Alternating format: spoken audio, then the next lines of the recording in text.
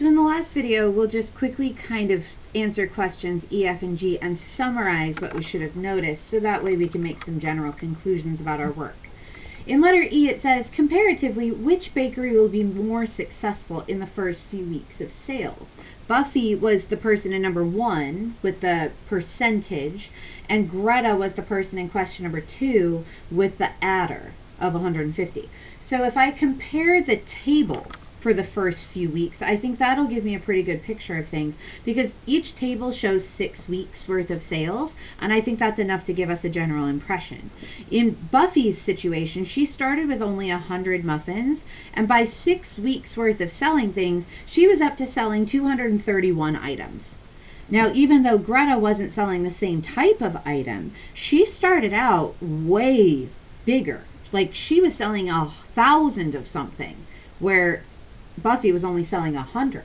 And Greta's growth seemed more significant. By the time she was done after 6 weeks, she definitely had a ton of items sold. She was up to selling 1,900 items compared to only 230 items-ish in the first situation.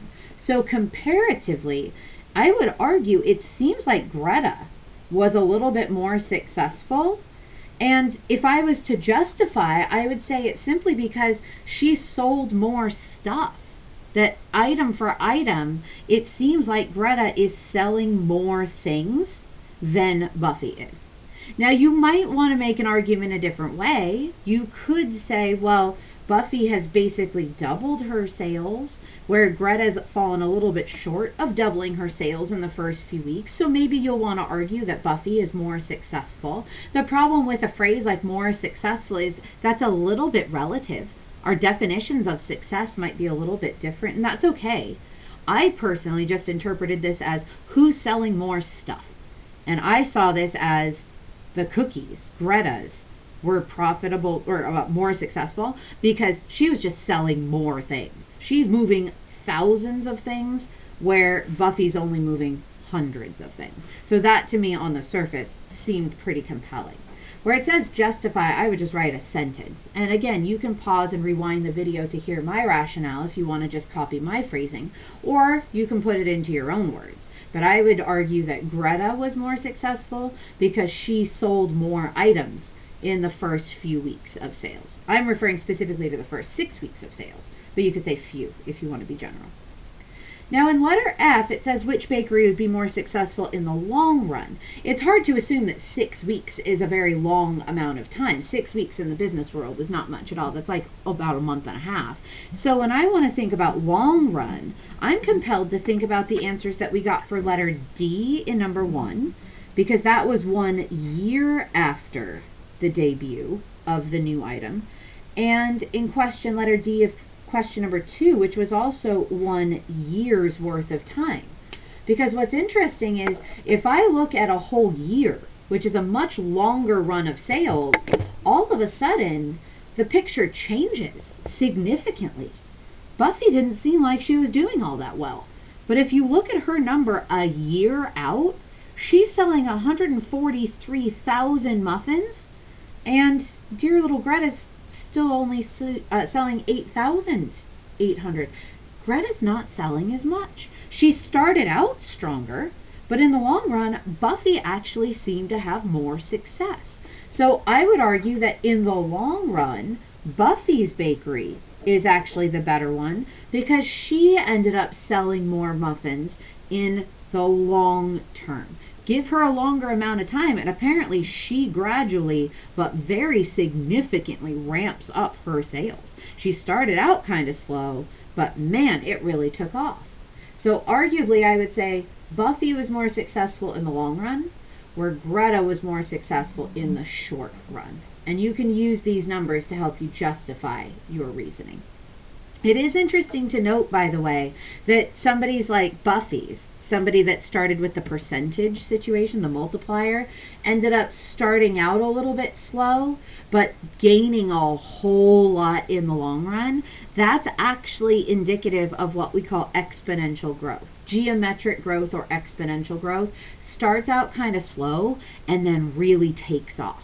Interestingly, you're probably experiencing a lot of exposure to exponential growth like this, not with muffins at a bakery, but with all the news about the virus that's been kind of consuming our media for the last month or so, probably consuming your life and thoughts as well. This is actually what's been happening with the virus. So not to scare you or anything, but when you hear people on the news or people in politics talk about this idea that the virus is spreading and the growth rate is growing exponentially, this is actually what they mean. It starts out kind of small, like the multiplier is kind of small at first, so it's like one person, two people, four people. That doesn't sound like much.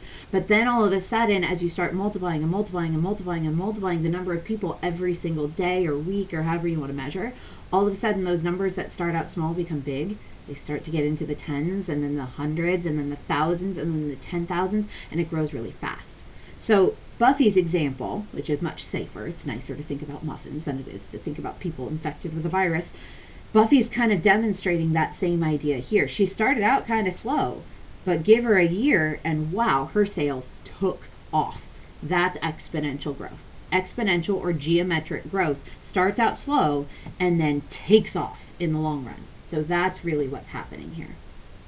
Now, the last question, question letter G, is actually a really hard question to answer without a calculator.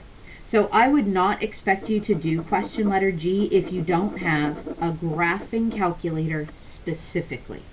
I'll show you the answer to question letter G so that if you do have a calculator, you can see where I got it from. But if we were doing this problem in class, like normal, we would all be looking at our graphing calculators and answering this question together, and we obviously don't all have those graphing calculators at home, hence the reason why I'm not going to actually ask you to do this. But in question letter G, if you wanted to see this question, I'll show you on my calculator how to do it. If you want to stop the video right here because you're like, oh, G, not required, don't have to do it, okay, skip, that's fine. If you want to stop listening now, that's okay. But here's how you would do it if you have a calculator or if you're just curious. To figure out when they break even, what we really want to know is when Buffy's amount, which is this one, is equal to Greta's amount. So since I don't know when that would happen, I'm going to take Buffy's equation and equal it to Greta's equation, and I'm going to see when they roughly end up similar. And the calculator does a masterful job of that. Remember the y equals part of your calculator can enter equations? If I enter Buffy's equation, 100 times 1.15 to the power of x, it has to use x instead of n because that's just the button our calculator has.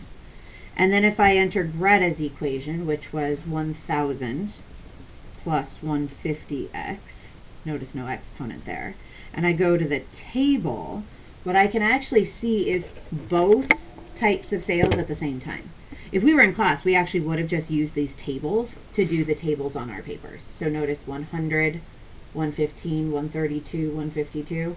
We would have just gotten that from the tables. But nevertheless, here we are. I can see all of the growth for both of them.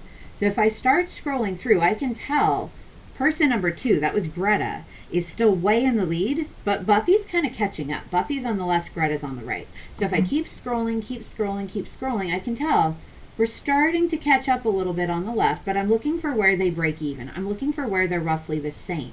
Notice we're close here. 5,000, 5,200, we're really close. If I scroll a little bit further, it looks like Greta, the person on the right, is now behind. The person on the left, Buffy, has taken over. So I'm looking to see where did it appear that takeover happened.